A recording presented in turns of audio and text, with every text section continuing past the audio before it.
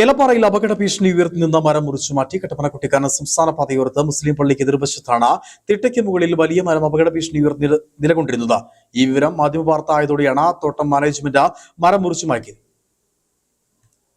കട്ടപ്പന കുട്ടിക്കാനം സംസ്ഥാന പാത കടന്നുപോകുന്ന ഏലപ്പാറ ടൗണിന് സമീപം മുസ്ലിം പള്ളി ജംഗ്ഷനിൽ റോഡിന് എതിർവശത്ത് മൺതിട്ടയ്ക്ക് മുകളിലാണ് വൻമരം അപകട ഭീഷണി ഉയർത്തി നിന്നത്. മരത്തിന്റെ അപകട ഭീഷണി സംബന്ധിച്ച നിരവധി തവണ മാധ്യമ വാർത്തകളായിരുന്നു. ഇതിനുശേഷമാണ് തോട്ടം മാനേജ്മെന്റ് ഈ മരം കഴിഞ്ഞ ദിവസം മുറിച്ചു മാറ്റിയത്.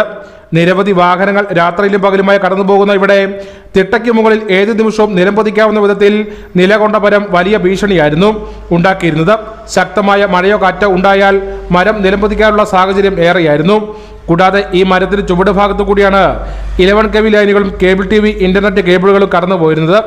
കഴിഞ്ഞ ദിവസം ഉണ്ടായ ശക്തമായ മഴയിൽ ഇതിന് സമീപത്ത് മണ്ണിടിച്ചിലുണ്ടായിരുന്നു. ഇതെല്ലാം പരിഗണിച്ചാണ് മരം മുറിച്ചു മാറ്റിയത്.